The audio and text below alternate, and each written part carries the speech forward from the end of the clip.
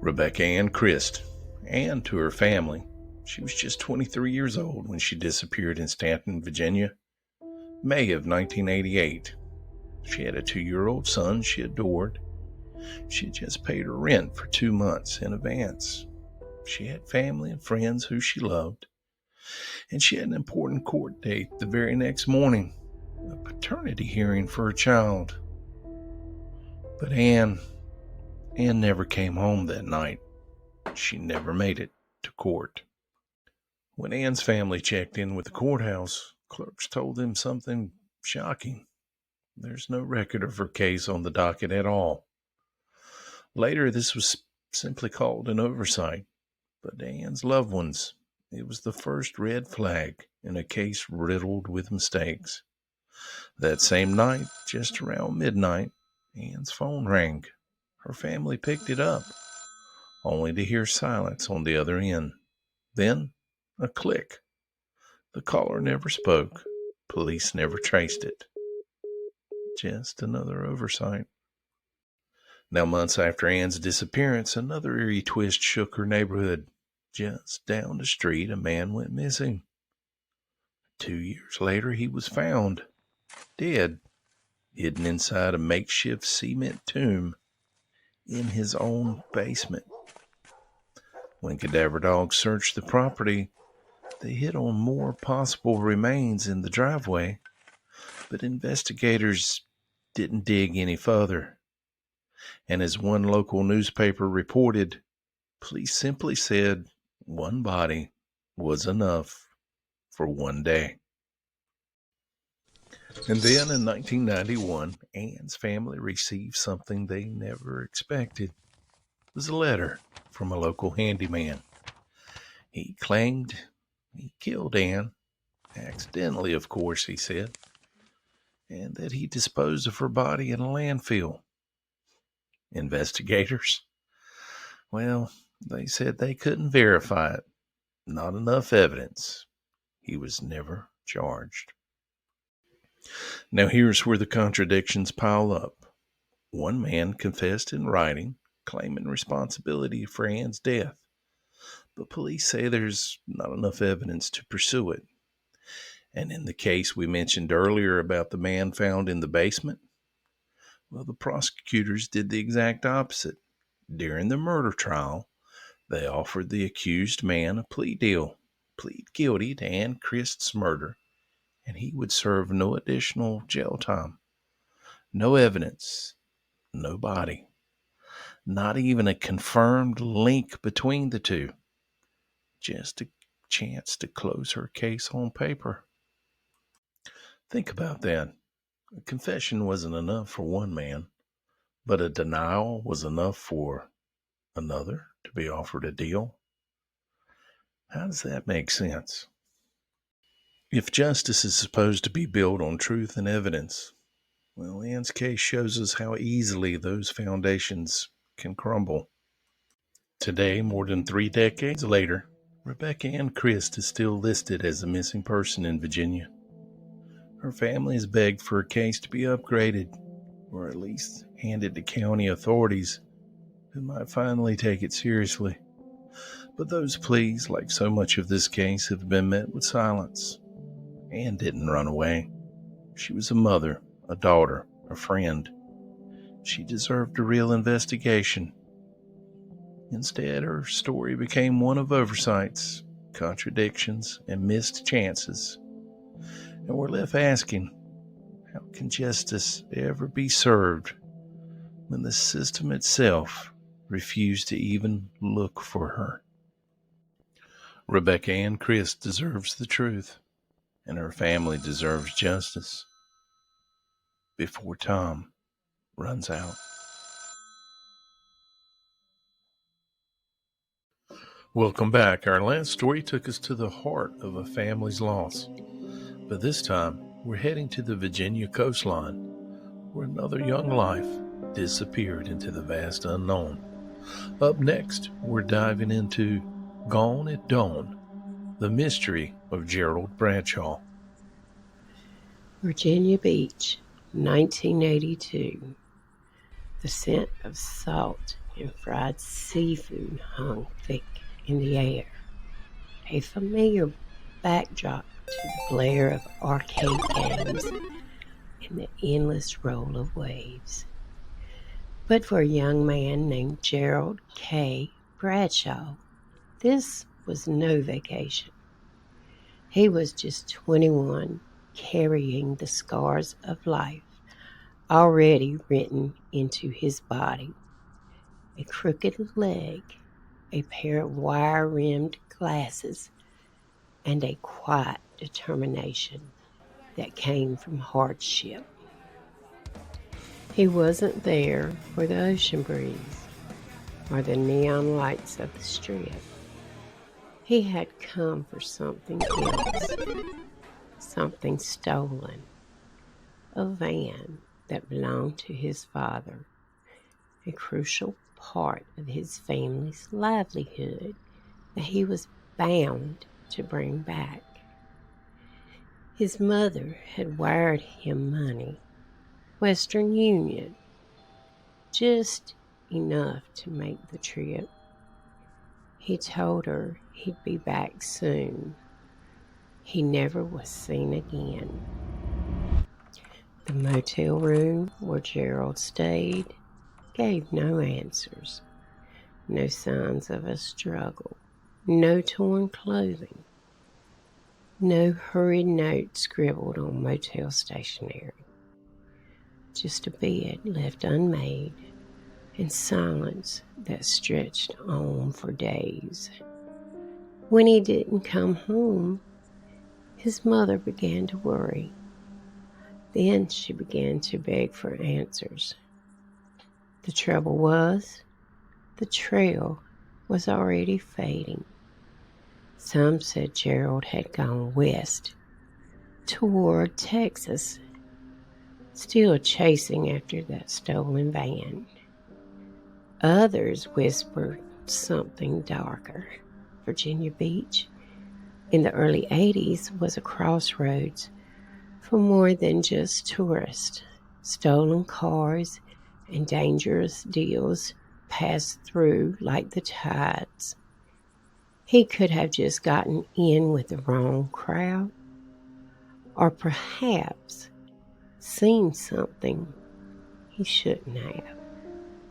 But what lingers most in Gerald's story isn't what was found. It's what wasn't. No van, no money, no body, just empty records and unanswered questions. Even the dates grew muddy. Some reports place him at the motel, others don't. It's as if Gerald Bradshaw walked out of that room, stepped into the teeth of a storm, and was swallowed whole. His mother wired him money because she believed in his promise that he'd come home. Instead, the South held its secrets tighter. There were whispers that Gerald had gotten too close to men with debts, a world of illicit deals where a debt of life could be paid in a moment, that the crooked leg that slowed him in life was no match for the cruel quickness of violence.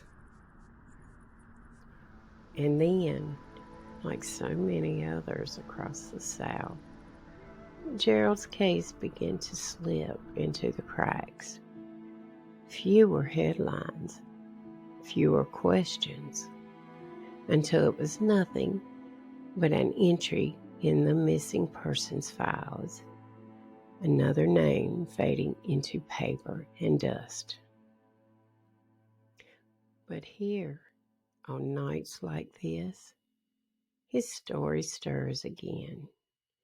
The boy with the crooked leg, the glasses, the promise to come home. He was just a boy with a promise to keep. What was it about that promise that led him to a place he'd never leave? Gerald Bradshaw was 21 years old when he disappeared, and all that remains is the silence he left behind.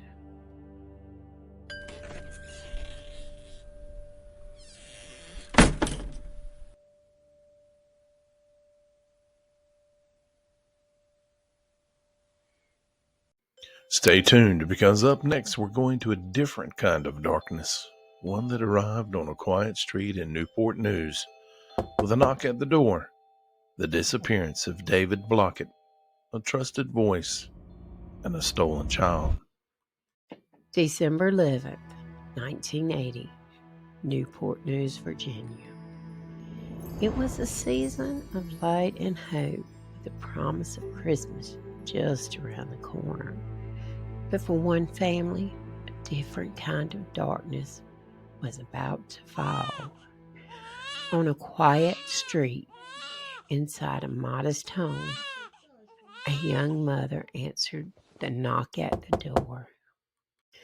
The woman standing outside introduced herself as Marie Kelly, a social worker with the Department of Social Services.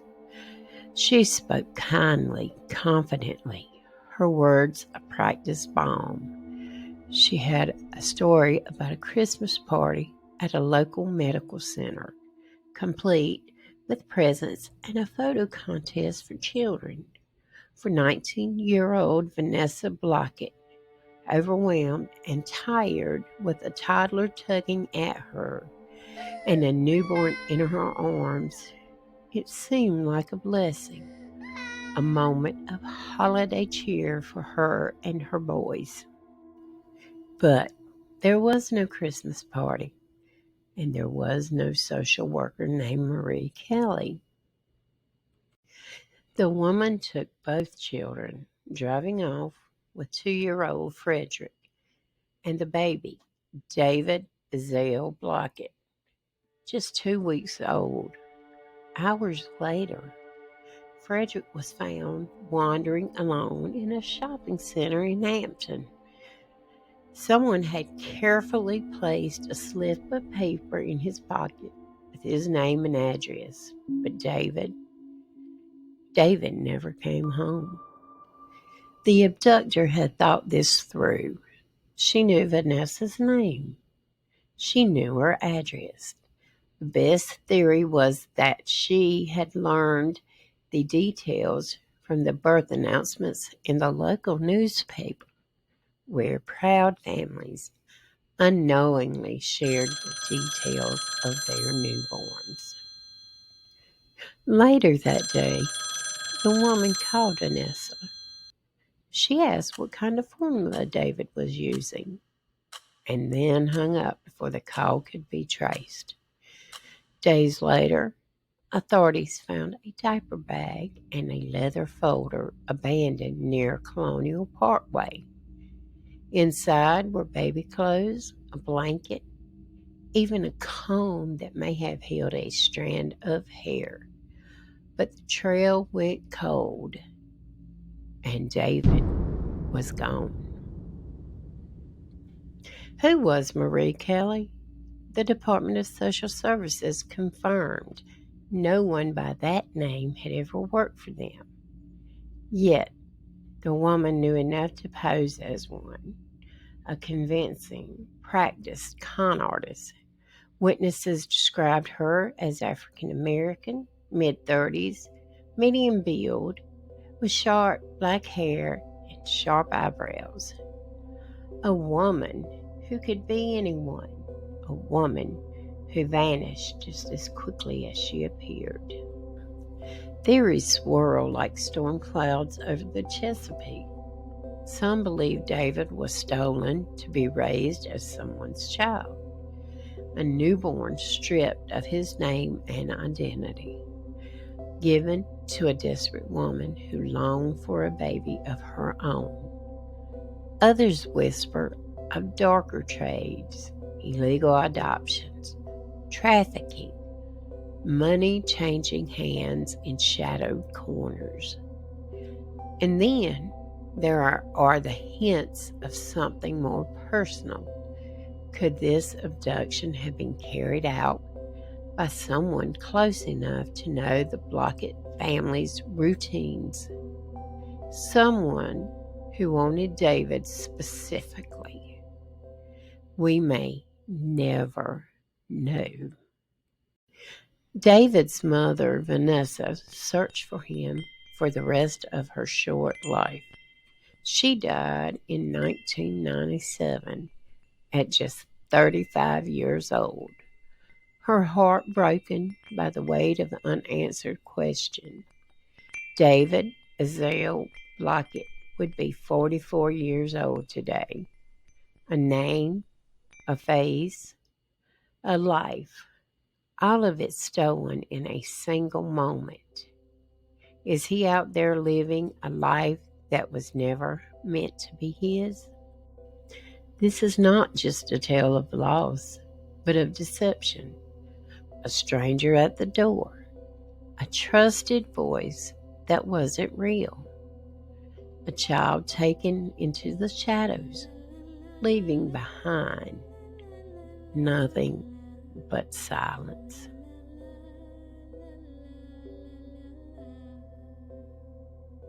And finally, we close our journey through the vanishing points of Virginia with a story that began with a vacation and ended in a mystery that has haunted a family for decades.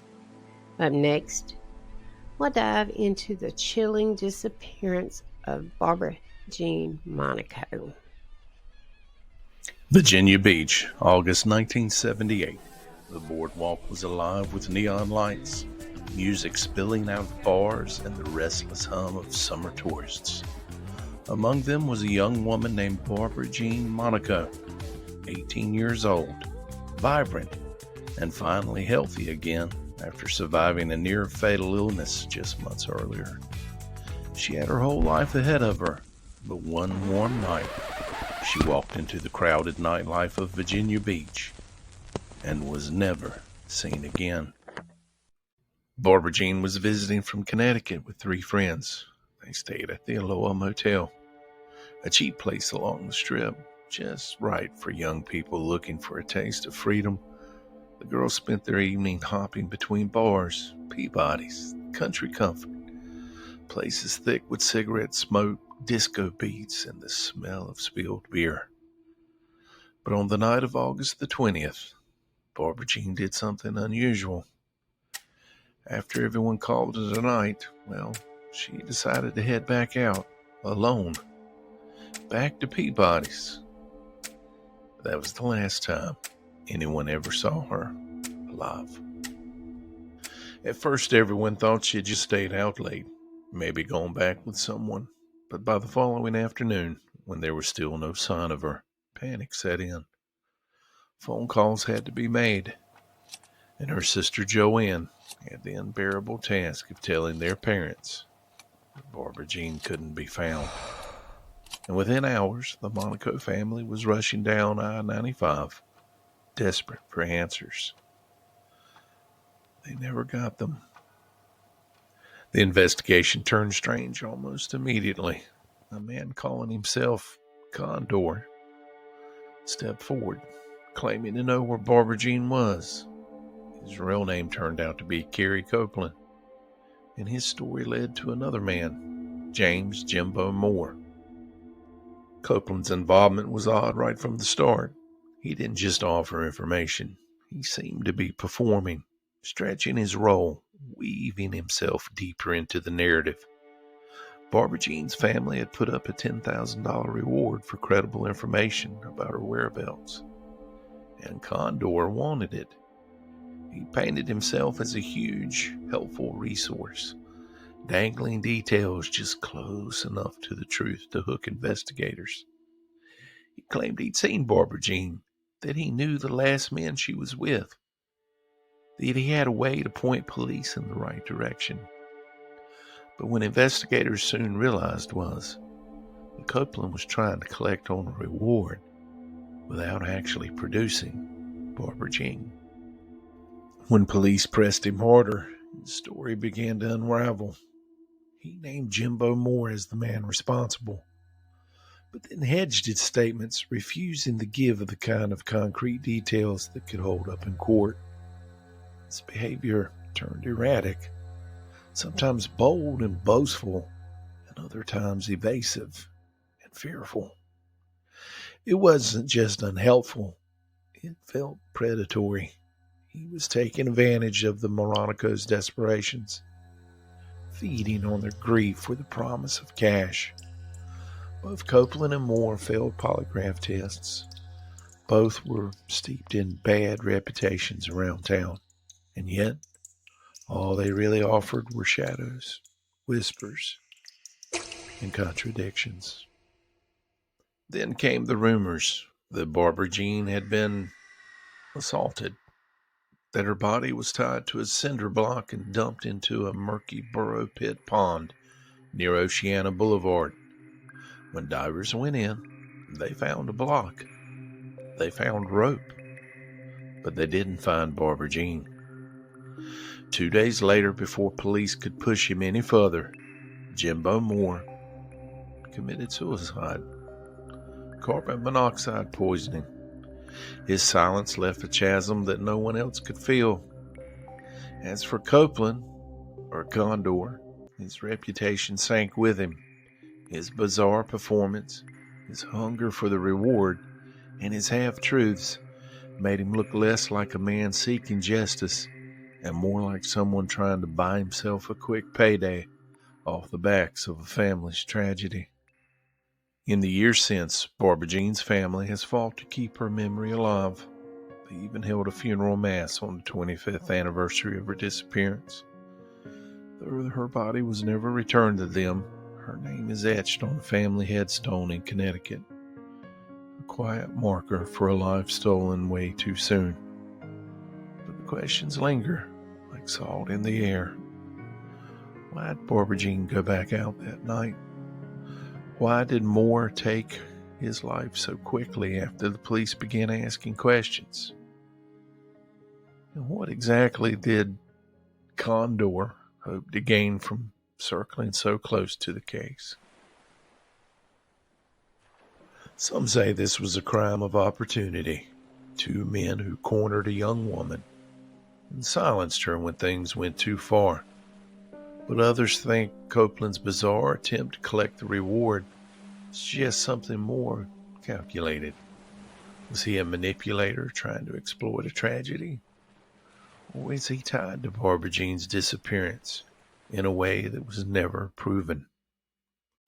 There are whispers that both men were entangled in Virginia Beach's darker side: drug trafficking, organized crime, the seedy nightlife undercurrent of the 1970s. And Barbara Jean, just a visitor, may have stumbled into a situation too dangerous to escape. Then there's Moore's suicide. Was it guilt or fear? If he was being pressured by people far more dangerous than himself, silence through death may have seemed like the only option. And still others cling to the faintest hope that the reason Barbara Jean's body was never found is because she isn't really gone at all. She ran, escaped, and chose to never return. While unlikely, grief sometimes makes room for impossible hope. 45 years later, the boardwalk still hums with music, laughter, and neon. But for the Monaco family, Virginia Beach will always carry an echo. The sounds of footsteps that never returned, and the silence of a young woman swallowed whole by the night.